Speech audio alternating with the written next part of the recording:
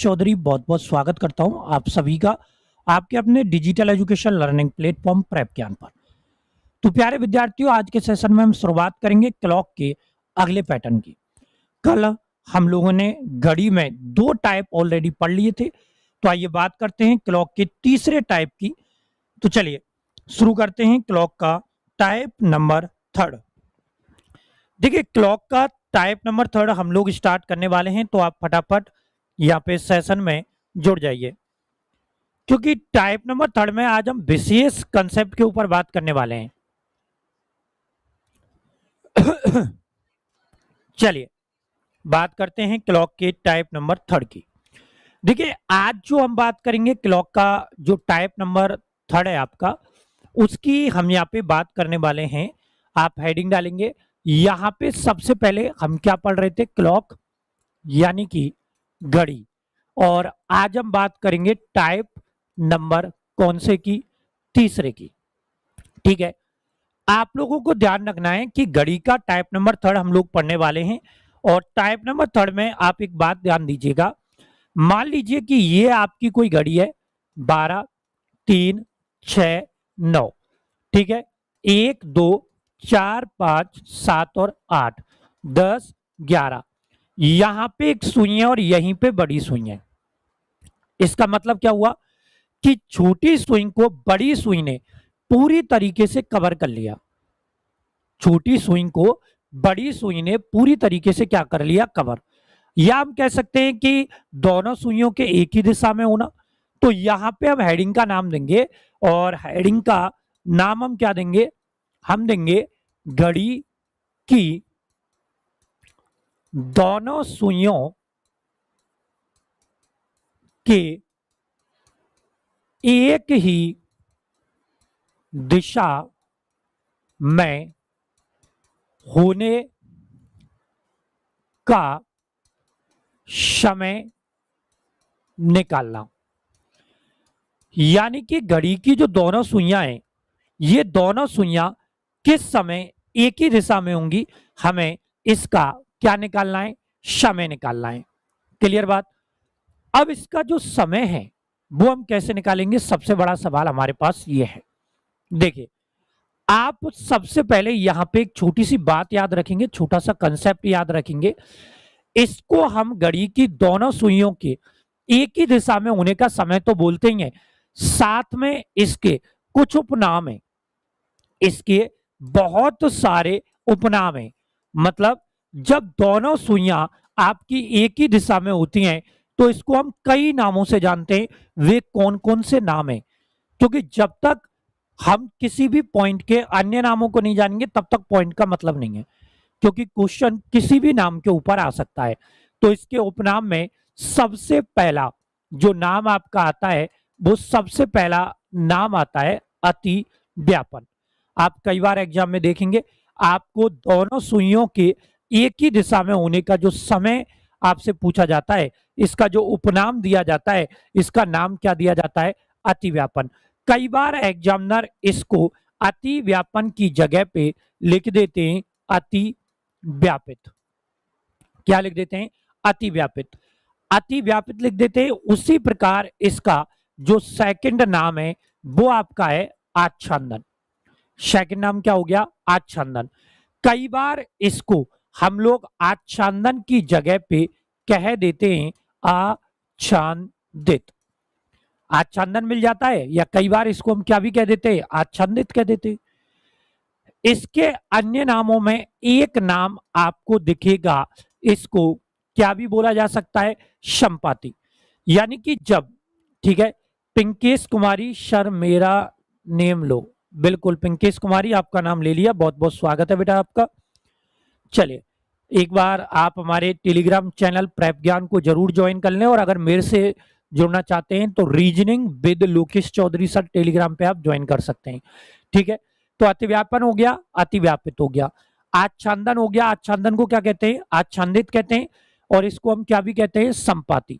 संपाति के साथ में इसको इंग्लिश में एक नाम दिया जाता है, और इसको इंग्लिश में हम लोग नाम लेते हैं, और इंग्लिश में हम इसका क्या नाम लेते हैं, ओवरलैपिंग। मतलब ये जो आच्छादन आपको दिख रहा है, इस आच्छादन को इंग्लिश में हम लोग नाम देते हैं ओवरलैपिंग। ठीक है, ओवरलैपिंग। या फिर देखो, आप जानते हैं कि ये जो पूरा का पूरा जो सर्किल मैंने आपको दिया है, ये पूरा का पूरा सर्किल जो है ये 360 डिग्री का है, तो इसको मैं 0 डिग्री का क्या भी कह सकता हूं, कोण भी कह सकता हूं। ठीक है, अगर मैं इसको 0 डिग्री का कोण कह सकता हूं तो इसी को मैं कह सकता हूं कितने डिग्री का कोण, 360 डिग्री का कोण। यानी कि इसके कितने सारे नाम हो गए आप देखिए, इसको हम अतिव्यापन कह सकते हैं, इसको आच्छादन कह सकते हैं, इसको हम संपाती कह सकते हैं, इसको हम ओवरलैपिंग कह सकते हैं, इसको हम 0 डिग्री का कोण कह सकते हैं, और इसको हम क्या भी कह सकते हैं, 360 डिग्री का कोण। अब इसमें आपको क्या करना है कि इसमें कुछ छोटी छोटी जो जानकारियां है ना वो होती हैं। कई बार ऐसा होता है कि क्वेश्चन जो है वो कई छोटी जानकारियों से आ जाता है। ये जरूरी नहीं है कि क्वेश्चन अलग पैटर्न से आए, क्वेश्चन किसी भी पैटर्न से बन सकता है, तो इसमें कई सारी ऐसी जानकारी होती हैं जहां से क्वेश्चन के बनने के चांस होते हैं।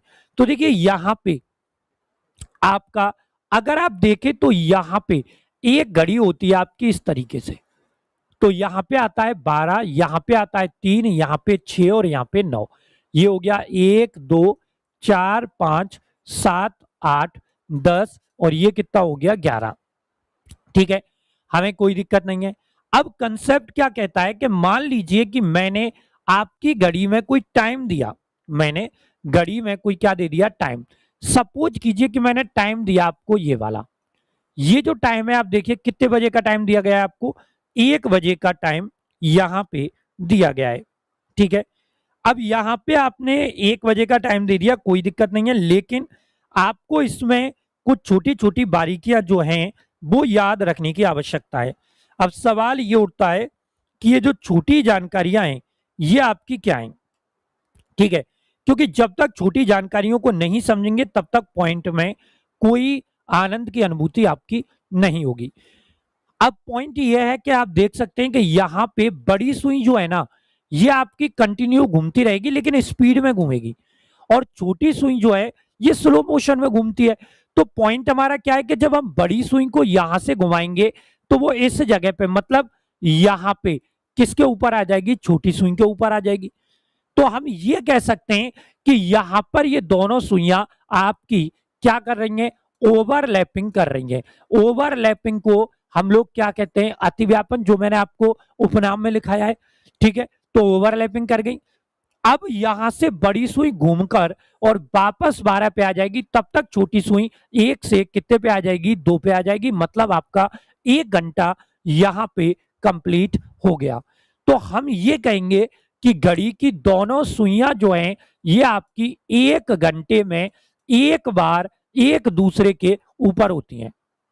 क्या कहेंगे कि घड़ी की दोनों सुइयां 1 घंटे में एक बार एक दूसरे के यहां पे क्या होती हैं, ऊपर होती हैं। ठीक है, तो हमें कोई दिक्कत नहीं है इस कंसेप्ट से कि भाई घड़ी की दोनों सुइयां जो हैं वो 1 घंटे में एक बार एक दूसरे के क्या हो रही हैं, ऊपर हो रही हैं, क्योंकि हमने इस चीज को यहां पे, कंसेप्ट को यहां पे क्लियर कर लिया।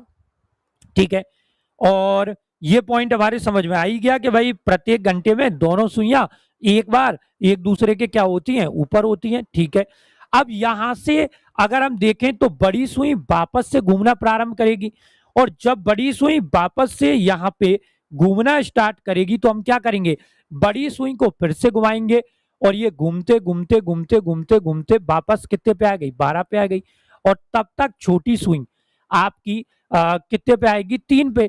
तो हम क्या पाते हैं कि जब बड़ी सुई यहां से घूमेगी तो इस जगह पे वो उसके ऊपर आ जाएगी। तो इसका मतलब यह है कि घड़ी की दोनों सुइयां प्रत्येक घंटे में एक बार एक दूसरे के ऊपर से गुजरती हैं। तो 1 घंटे में एक बार गुजरती है, तो इसका मतलब 2 घंटे में ये सुइयां 2 बार एक दूसरे के ऊपर से गुजरेंगी। ठीक है, अगर हम बात करें 3 घंटे की, तो 3 घंटे में कितनी बार गुजरेंगी, 3 बार। हम कहेंगे 4 घंटे में बताओ, तो 4 घंटे में कितनी बार, 4 बार। हम कहेंगे 5 घंटे में, तो 5 बार। ठीक है, इसी प्रकार अगर मैं 12 घंटे की बात करूं तो ये आपको ध्यान रखना है कि 12 घंटे में दोनों सुइयां 11 बार एक दूसरे के ऊपर होकर गुजरती हैं। 12 घंटे में कितनी बार गुजरती हैं? 11 बार। उसी प्रकार अगर 24 घंटे की हम बात करेंगे तो 24 घंटे में ये सुइयां 22 बार एक दूसरे के ऊपर से गुजरती हैं। अब सवाल ये उठता है कि जब प्रत्येक घंटे में एक बार एक दूसरे के ऊपर से गुजरती हैं तो 12 घंटे में 11 बार क्यों गुजरती हैं और 24 घंटे में 22 बार क्यों गुजरती हैं? तो देखिए इसके पीछे जो रीजन है वो रीजन ये है क्योंकि आपका जो रीजन है वो रीजन ये है कि आपका एक टाइम है 11 से कितने बजे के मध्य है? 1। आप देखेंगे कि 11 का जो टाइम आपको दिया गया है ना, इस 11 में वो फिक्स यहां पर यानी कि 11 से 1 बजे के मध्य ये दोनों सुइयां केवल एक बार एक दूसरे के ऊपर से गुजरती हैं और वो भी यहां पे देखो वैसे तो घंटे 2 होते हैं, ठीक है, 2 घंटे में अतिव्यापन 2 बार होना चाहिए, लेकिन यहां पर ये अतिव्यापन केवल होता है कितनी बार? 1 बार, और वो भी बेटा फिक्स होता है आपका कितने बजे? 12 बजे। इसीलिए 12 घंटे में एक बार कम ओवरलैपिंग होता है और 24 घंटे में 2 बार कम ओवरलैपिंग होता है। बात आई समझ में? तो अगर क्वेश्चन आ जाए कि 1 घंटे में कितनी बार ओवरलैपिंग होता है तो 1 बार। अगर क्वेश्चन आ जाए 2 घंटे में कितनी बार ओवरलैपिंग होता है तो भैया 2 बार होता है। अगर क्वेश्चन आ जाए 12 घंटे में कितनी बार ओवरलैपिंग होता है तो भैया 11 बार होता है। और 24 घंटे में ओवरलैपिंग जो होता है वो कितनी बार होता है? तो 24 घंटे में होता है कितनी बार? 22 बार। क्लियर बात? अब सवाल यहां पे कई बार ऐसा पुटअप हो जाता है कि कई बार बच्चा सोचता है कि सब कैसे निकालें, तो यहां पे अगर कई बार ये पूछ ले, मान लीजिए आपको एग्जाम्पल दिया कि एक सप्ताह में कितनी बार ओवरलैपिंग होगा। कितने सप्ताह में पूछ लिया? 1 सप्ताह में। तो जब 1 सप्ताह में ओवरलैपिंग आपसे पूछा जाए तो आपको क्या करना है? अब हमें यहाँ पे क्लियर पता है कि 24 घंटे में कितनी बार होता है भाई? 22 बार। तो 1 सप्ताह में निकालना है तो 22 का गुणा 7 से कर दो, तो 1 सप्ताह में जो ओवरलैपिंग होगा वो आपका कितनी बार होगा?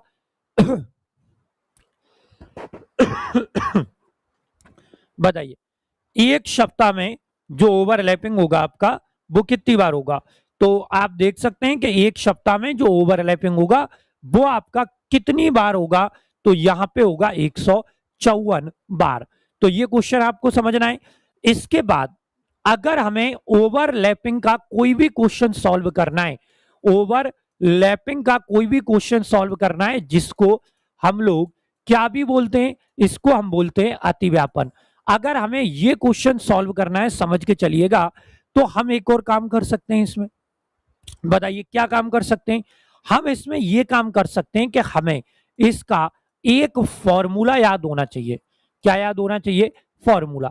आपको ध्यान रखना है कि चाहे क्वेश्चन कैसा भी हो, एक्स वाई जेड आपका किसी भी पैटर्न का कोई भी क्वेश्चन ही क्यों ना बन रहा हो, लेकिन जब भी आप कोई भी क्वेश्चन सॉल्व करेंगे तो आपको यहां पर ये ओवरलैपिंग जो अतिव्यापन आपको दिख रहा है इससे संबंधित प्रश्न ही पूछे जाएंगे। तो हमें क्या करना है? इसका फॉर्मूला याद रखना है। इसका जो फॉर्मूला है वो फॉर्मूला है आपका बजकर अनुपात 60/11 इंटू आपका यहां पे क्या हो जाएगा? समय। ठीक है, तो हमें फॉर्मूला क्या याद रखना है? बजकर का मल्टीप्लाई 60 बटा कितने से करना है? 11 से, और मल्टीप्लाई किसका करना है? समय का। इससे हम सॉल्व कर सकते हैं, क्या निकालने का काम कर सकते हैं? अतिव्यापन। तो यहां पे आप लोग क्या करेंगे? यहां पे मान लीजिए आपको क्वेश्चन दिया गया कि बताइए 4 से 5 बजे के मध्य अतिव्यापन किस समय होगा? ये क्वेश्चन दे दिया आपको। क्वेश्चन दिया गया कि 4 से 5 बजे के मध्य जो आपका अतिव्यापन होगा वो आपका अतिव्यापन जो है वो आपका किस समय होगा? ये मान लीजिए आपको क्वेश्चन यहां पे दे दिया। तो जब क्वेश्चन दे दिया कोई दिक्कत नहीं है, हमें क्या करना है? हमें इसमें कुछ नहीं करना, केवल फॉर्मूला अप्लाई करना है। ठीक है, तो आपको यहां पे ये ध्यान रखने की आवश्यकता है कि जो क्वेश्चन आपको दिया गया है इसमें सिर्फ हमें एक छोटी सी बात जो है वो हमें याद रखने की यहाँ पे क्या है, आवश्यकता।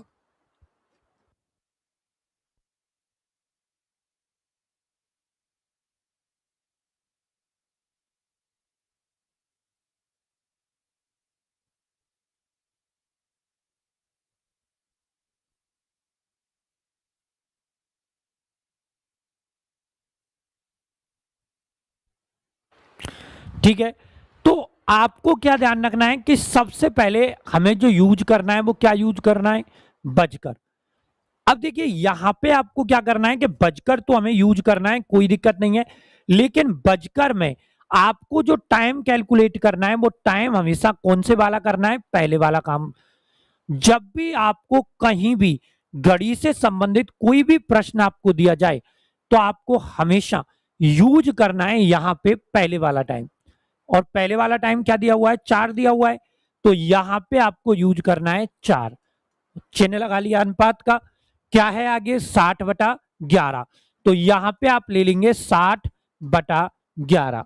क्लियर बात। आगे आपको मल्टीप्लाई करना है, लेकिन किसका मल्टीप्लाई करना है, समय का। अब देखिए समय जो है ये आपको हमेशा ध्यान रखना है कि समय की जो वैल्यू होगी वो हमेशा कौन से वाले समय की होगी, पहले वाले समय की होगी। तो यहां पे मल्टीप्लाई किसका करना है, 4 का। तो आप ले लेंगे यहाँ पे 4 अनुपात 60 का गुणा 4 से करो, कितना आ जाएगा 240 बटा कितना आ जाएगा 11। अब 240 में 11 का भाग दे लो, तो 240 भाग 11। ठीक है, यहां पे आपका आ गया 4 अनुपात, तो ये दिया 11 दूना 22, यहाँ पे आ गया 2 0, 11 एकम 11, आपका कितना बच गया 9। तो आपका सही जवाब आ गया 4:21 सही, 9/11।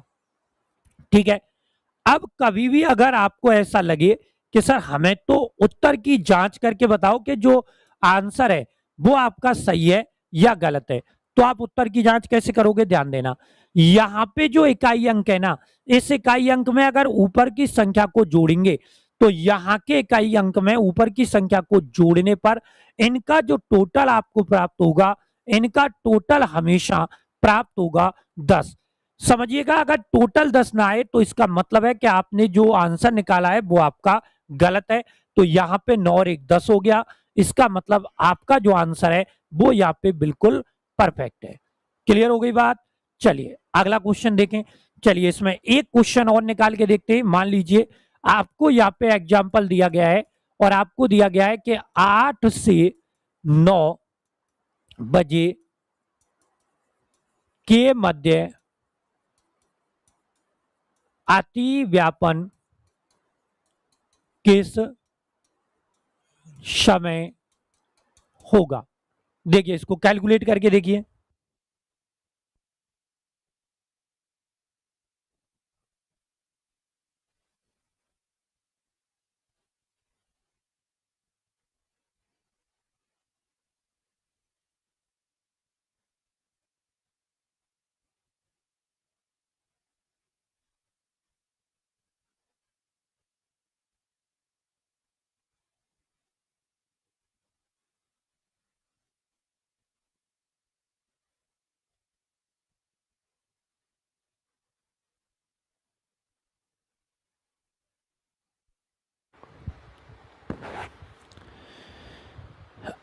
चलिए नेक्स्ट क्वेश्चन आपके सामने यहां पे आपको दिया गया है आपकी स्क्रीन पर। फटाफट आंसर देने का प्रयास करेंगे सभी बच्चे, क्या आएगा क्वेश्चन का राइट आंसर। यहां पे जो आपको क्वेश्चन दिया गया है, इस क्वेश्चन में आपसे पूछा गया है कि 8 से 9 बजे के मध्य जो अतिव्यापन है, ये अतिव्यापन आपका किस समय होगा। आपको जो अतिव्यापन निकालना है वो किसके मध्य निकालना है, 8 से 9 के मध्य निकालना है। ठीक है, अब 8 से 9 के मध्य अगर अतिव्यापन पूछा है तो आपको फॉर्मूला पता ही है। फॉर्मूला हमें क्या यूज करना है, हमें यहाँ पे यूज करना क्या है, बजकर। आगे हमें क्या यूज करना है, मल्टी अनुपात 60 बटा कितना यूज करना है 11, जिसका मल्टीप्लाई हमें किससे करना है, तो मल्टीप्लाई हमें किससे करना है, समय से करना है, कोई दिक्कत नहीं है। अब बताइए बजकर कितने की वैल्यू हो गई 8 की, अनुपात कितना करना है 60/11, मल्टीप्लाई समय का करना है, मतलब कितने का करना है 8 का करना है। पूरा पैटर्न हमने यूज कर लिया। ठीक है, तो यहाँ पे अब आपको क्या करना है, आपको लेना है 8 अनुपात 60 का गुणा 8 से किया तो कितना आ गया 480 बटा कितना आ गया 11। अब 480 को आप 11 से डिवाइड अगर करेंगे तो यहाँ पे आ जाएगा 11 चौके 44, आपका 4 बच गया, क्या उतार लिया आपने 0। ठीक है, भाग दे दो, 11 3 कितने हो गए 33, आपका बच गया 7। तो यहाँ पे ये तो आपकी क्या हो जाएंगी मिनट, ये आपकी क्या हो जाएंगी सेकंड, और ये आपकी हो जाएंगी क्या हो जाएंगी माइक्रो सेकंड। तो आपका जो उत्तर आएगा वो आएगा 8:43 सही 7/11। ठीक है, उत्तर की जांच करना मैंने आप लोगों को बताया है कि यहां पे जो इकाई अंक है इसमें ऊपर की संख्या को ऐड कर लो, तो यहाँ पे 3 और 7 आपका 10 हो जाएगा। अगर 10 नहीं हो रहा, इसका मतलब साफ साफ ये है कि आपका जो आंसर है वो यहाँ पे हो चुका है गलत। लेकिन अगर आपका टोटल यहाँ पे 10 हो गया तो इसका मतलब है कि आपका जो आंसर है वो यहाँ पे सही है। ठीक है, चलिए आगे चलते हैं और यहां से हम बात करेंगे आपके टाइप नंबर कितने की 4 की। तो आप हेडिंग डालेंगे घड़ी का टाइप नंबर 4। अभी जो हमने टाइप पढ़ा था वो हमने टाइप पढ़ा है घड़ी की दोनों सुइयों के मध्य 0 डिग्री का क्या निकालना, कोण निकालना। तो हमने यहाँ पे 0 डिग्री का जो कोण है वो यहाँ हमने प्यार से निकाल लिया, कोई दिक्कत नहीं है। अब 0 डिग्री के बाद हम यहाँ पे क्या करेंगे कि जैसे आप देखेंगे कि यहां पे आपकी एक घड़ी है 12 3 6 9 10 11 1 2 4 5 7 और यहां पे आ गया 8। ठीक है, अब 8 तक हमारा आ गया, हमें कोई दिक्कत नहीं है। ठीक है, अब इसके बाद हमें जो कंसेप्ट यूज करना है वो क्या करना है, ये ध्यान रखना है आपको।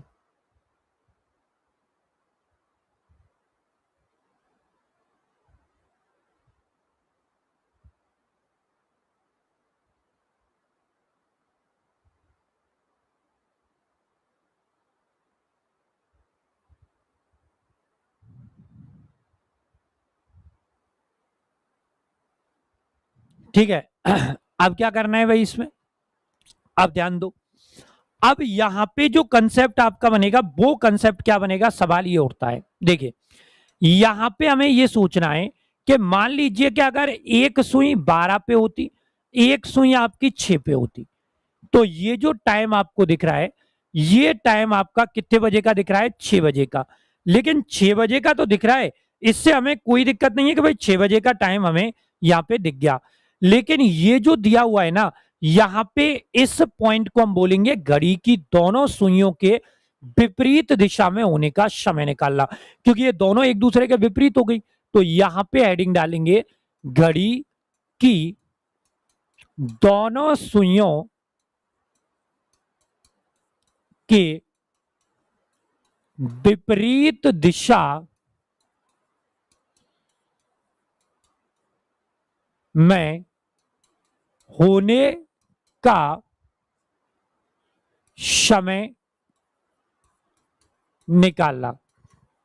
यानी कि आपको जो अब यहां पे कंसेप्ट यूज करना है वो क्या यूज करना है कि घड़ी की जो दोनों सुइयां है ना, ये कब कब एक दूसरे के विपरीत होंगी, ये समय हमें निकालना है।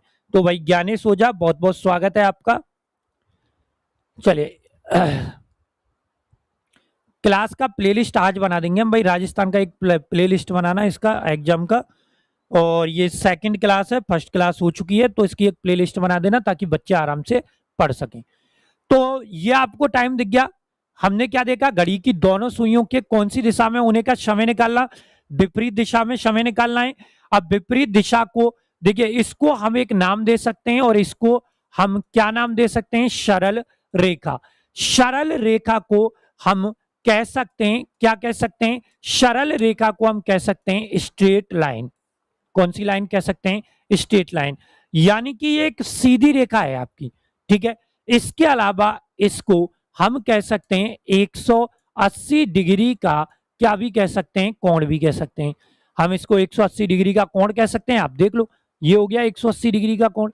क्योंकि आपको ये चीज पता है कि ये जो पूरा का पूरा जो सर्किल है ना, ये पूरा का पूरा जो सर्किल है ये 360 डिग्री का होता है। और जब दोनों आपकी एक सीधी रेखा में होती हैं तो सीधी रेखा जो होती है इसका जो मतलब होता है वो साफ साफ यहाँ पे दो पार्ट में डिवाइड करना होता है, जिसको हम 180 डिग्री और 180 डिग्री के नाम से जानते हैं। क्लियर हुई बात, समझ में आ गई ये बात? चलिए अब यहाँ पे ध्यान देंगे आप लोग कि यहाँ पे पॉइंट हमारा ये है कि मान लीजिए मैंने आपको यहाँ पे कोई टाइम दिया, ये आपका टाइम है फिक्स 12 बजे का। हमें 12 बजे के टाइम से कोई तकलीफ नहीं है, हमारा 12 बजे का टाइम आ गया, ठीक है, मच बेटर है। लेकिन यहाँ पे स्पीड में कौन सी सुई चलेगी? तो आप जानते हैं कि यहाँ पे जो स्पीड में सुई चलती है वो मिनट वाली सुई स्पीड में चलती है। तो यहां से अगर मिनट वाली सुई को हम चलाएंगे तो मिनट वाली सुई यहां से चल के जैसे ही यहाँ पे आएगी ना, तो ये दोनों सुइयां एक दूसरे के अपोजिट हो जाएंगी और फिर ये बड़ी सुई घूमकर वापस 12 पे आ जाएगी और छोटी सुई कितने पे चली जाएगी? 1 पे। तो इसका सीधा साधा और साफ जो मतलब निकलेगा बेटा वो ये निकलेगा कि घड़ी की दोनों सुइयां जो हैं ये 1 घंटे में एक बार एक दूसरे के विपरीत होती हैं। ठीक है, घड़ी की जो दोनों सुइयां हैं ये 1 घंटे में एक बार एक दूसरे के क्या होती हैं? विपरीत होती हैं। तो हमने 1 घंटे में एक बार एक दूसरे के विपरीत यहाँ पे लिख लिया। अब 1 घंटे में एक बार विपरीत होंगी, तो आप बताओ 2 घंटे में 2 घंटे में ये सुइयां कितनी बार एक दूसरे के विपरीत होंगी? तो भाई 2 घंटे में ये जो सुइयां हैं ये आपकी विपरीत होंगी कितनी बार? 2 बार। ठीक है, अगर 1 घंटे में एक बार विपरीत हो रही हैं तो 2 घंटे में कितनी बार विपरीत हो जाएंगी? 2 बार विपरीत हो जाएंगी। इसी प्रकार अगर मैं 12 घंटे की बात करता हूं, कितने घंटे की बात करता हूं? 12। तो 12 घंटे में ये सुइयां आपकी विपरीत हो जाएंगी कितनी बार? 11 बार। ठीक है, आप नोट करेंगे 12 घंटे में जो सुइयां विपरीत होती हैं,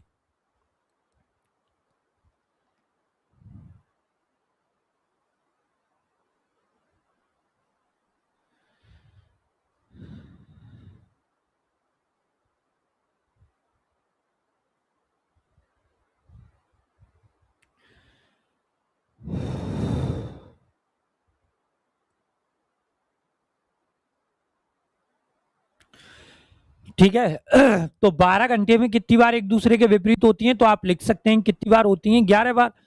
लेकिन अगर मैं बात करूं 24 घंटे की, कितने घंटे की बात कर रहा हूं? 24। तो 24 घंटे में ये सुइयां जो हैं ये आपकी विपरीत होंगी कितनी बार? 22 बार। 12 घंटे में 11 बार होती हैं और 24 घंटे में कितनी बार होती हैं? 22 बार। ठीक है, अब रीजन क्या होता है? तो इसका जो रीजन होता है, ये रीजन जो होता है वो ये होता है कि जो आपका टाइम है 5 से 7 बजे का।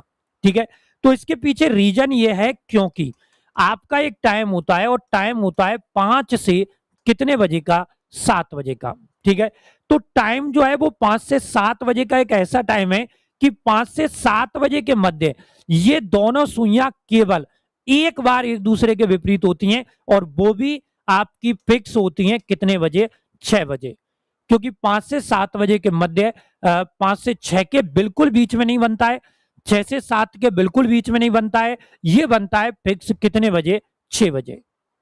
ठीक है, तो आपका जो यहां पे जो आंसर आएगा वो आपका आएगा कितनी बार बनती हैं? 22 बार।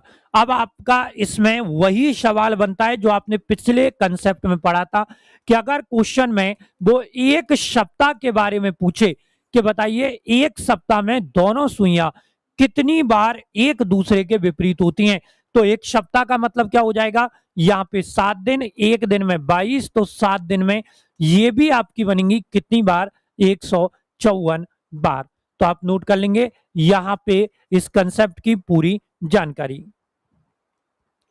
फटाफट नोट कीजिए, आगे बढ़ेंगे नेक्स्ट क्वेश्चन, नेक्स्ट पॉइंट की ओर, क्योंकि अगली जानकारी आपको यहां पे पढ़नी होगी, तभी हम इस पॉइंट को पूरी तरीके से कवर कर सकते हैं।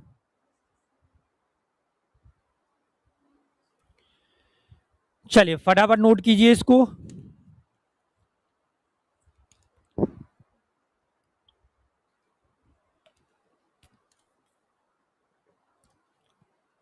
अब देखिए यहां पे जो पॉइंट आपको दिया गया है ये आपका हो गया। अब सवाल ये उठता है कि जब एक घंटे, प्रत्येक घंटे में ये 180 डिग्री का कोण एक बार बनता है, तो ये तो हर घंटे में बनेगा। तो इसके लिए हमें क्या करना है? इसके लिए भी हमें एक किसकी जरूरत पड़ने वाली है? तो इसके लिए भी हमें जरूरत पड़ेगी किसकी? फॉर्मूले की। ठीक है, अब इसका जो फॉर्मूला है वो हमारा क्या रहने वाला है, तो देखिए इसका फॉर्मूला आपको ये पता है कि हम कोई भी जो एंगल बनाते हैं, कोई भी कोण बनाते हैं, वो हम किसके ऊपर बनाते हैं, 0 डिग्री के ऊपर। अगर हमें 0 डिग्री का कोण बनाना आता है तो हम 180 का, 90 का, 120 का, 100 का, 150 का, 300 का, कितने भी डिग्री का कोण बना सकते हैं। लेकिन अगर हमें 0 डिग्री का कोण बनाना नहीं आता तो हम कोई भी कोण नहीं बना सकते। तो सबसे पहले तो हमें 0 डिग्री का कोण बनाना आना चाहिए, और 0 डिग्री का कोण बनाने का जो फॉर्मूला होता है वो आपका यहाँ पे होता है बजकर अनुपात 60/11, और मल्टीप्लाई आपको करना है किसका, समय का। ये जो एंगल है ये 0 डिग्री का है, लेकिन हम जो यहाँ पे फॉर्मूला निकाल रहे हैं वो हम फॉर्मूला यहाँ पे बना रहे हैं कितने डिग्री का, 180 डिग्री का। अब देखिए 180 डिग्री का कोण निकालने का फॉर्मूला बहुत आसान है, ये आपके ऊपर डिपेंड करता है कि आप कैसे बनाते हो। आप यहाँ पे देखेंगे कि ये घड़ी है 12, 3, 6, 9। आप यहाँ पे देखो कि ये जो एंगल आपका बन रहा है, ये जो एंगल आपका बन रहा है, ये एंगल आपका कितने डिग्री का बन रहा है, तो 180 डिग्री का बन रहा है। लेकिन 180 डिग्री का कोण बनने में जो अंतर होता है ना, वो आपका होता है कितने घंटे का, 0 का। और वहीं पे अगर 0 डिग्री की बात करें तो 0 डिग्री में कोई भी अंतर आपका नहीं होता है। ठीक है, 0 डिग्री में कोई डिफरेंस होता नहीं है सुइयों के बीच, लेकिन 180 डिग्री में कितने घंटे का अंतर होता है, 6 का। इसीलिए जो फॉर्मूला आपका बना हुआ है इसमें आपको प्लस माइनस क्या जोड़ देना है, 6 जोड़ देना है। मतलब जो समय आपको दिया गया है उस समय में आपको यहां पे प्लस माइनस क्या करने की आवश्यकता है, 6 करने की आवश्यकता है। और अगर आप प्लस माइनस 6 कर लेंगे तो आपका तैयार हो जाएगा कितने डिग्री का कोण, 180 डिग्री का कोण। चलिए नोट कीजिए फटाफट इसको।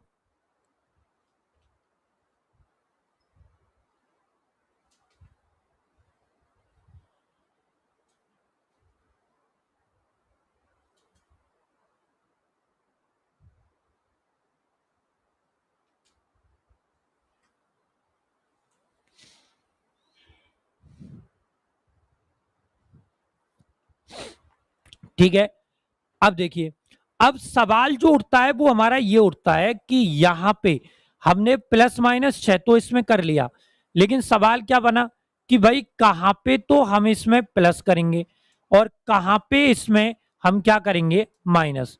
ठीक है, क्योंकि दो चिन्ह यहाँ पे आपके यूज हो रहे हैं। एक में तो आपका क्या हो रहा है, प्लस 6 हो रहा है, और एक में आपका क्या हो रहा है, तो एक में आपका हो रहा है यहाँ पे -6। अब सवाल क्या बनता है, सवाल हमारा बनता है कि कहां पे तो हम +6 करने वाले हैं और कहां पे हम यहाँ पे -6 करेंगे। तो ये बिल्कुल आसान है, यहाँ पे आपको ध्यान रखना है कि यदि समय 6 से पहले का हो, पहले का हो तो आपको यूज करना है कौन सा साइन यूज करना है, प्लस का। मतलब आपको दिख रहा है कि समय जो है वो 6 बजे से पहले का आ रहा है, तो आप सीधे सीधे यहां पे प्लस का जो चिन्ह है उसको यूज कर लेंगे। लेकिन अगर आपको इसमें लगे, यहां पे अगर आपको लगे कि यदि समय 6 बजे के बाद का हो, 6 बजे के बाद का हो, तो आपको जो यूज करना है वो यूज करना है माइनस का चिन्ह। कौन सा चिन्ह यूज करना है, माइनस का। मतलब 6 के पहले का आ रहा है तो प्लस का साइन यूज कर लो, और 6 के बाद का आ रहा है तो कौन सा साइन यूज कर लो, माइनस का। अब यहां पे मान लीजिए मैंने आपको कोई क्वेश्चन दिया और आपको यहाँ पे एग्जाम्पल दिया कि बताइए 4 से 5 बजे के मध्य 180 डिग्री का कोण किस समय बनेगा। ये मैंने आपको एक क्वेश्चन दिया, तो आपको क्या करना है, मैंने आपको क्या बोला कि आपको फॉर्मूला, आपके पास बेसिक तरीका लिखा हुआ है, आपको ये फॉर्मूला यहां पे यूज करना है। तो इस फॉर्मूले के अकॉर्डिंग क्या करेंगे, सबसे पहले यहां पे जो वैल्यू है वो किसकी है, 4 की, क्योंकि बजकर लगा हुआ है, टाइम लगा हुआ है, तो 4 उठा लिया। ठीक है, चिन्ह जो लगाना है वो हमें किसका लगाना है, अनुपात का लगाना है। फिर हमें क्या करना है, 60/11 यूज करना है, मल्टीप्लाई 4। अब यहां पे अगर देखेंगे तो आप क्या पाएंगे कि टाइम जो है वो 6 से पहले का है, टाइम जो है वो 6 से पहले का है। तो 6 से पहले के टाइम में हमें जो यूज करना है वो यहाँ पे प्लस का साइन यूज करना है, तो प्लस का साइन यूज कर लिया। अब क्या करेंगे, 4 अनुपात 60 बटा कितना कर लिया 11, मल्टीप्लाई 4 और 6 कितने हो गए 10 हो गए। अब मल्टीप्लाई करेंगे तो 4 अनुपात 60 का गुणा 10 से करेंगे तो ये आपका आ जाएगा 600 बटा 11। और देखिए 600 में अब हम भाग देके देखते हैं कितने का, 11 का। तो ये आपका हो गया 11 5 कितने हो गए 55, 5 उतारा 0, 11 4 कितने हो गए 44, आपका कितना बच गया 6। तो आपका यहाँ पे जो सही जवाब आएगा वो यहाँ पे आएगा 4:54 सही 6/11। और उत्तर की जांच करने के लिए मैंने आपको बताया था कि यहाँ पे जो इकाई अंक है इसमें ऊपर की संख्या को ऐड कर दो, इनका जो टोटल आएगा वो हमेशा 10 आएगा। और यहाँ पे आप आराम से देख सकते हो कि इनका जो टोटल है वो यहाँ पे हमें 10 दिखाई दे रहा है। चलिए नोट कीजिए फटाफट।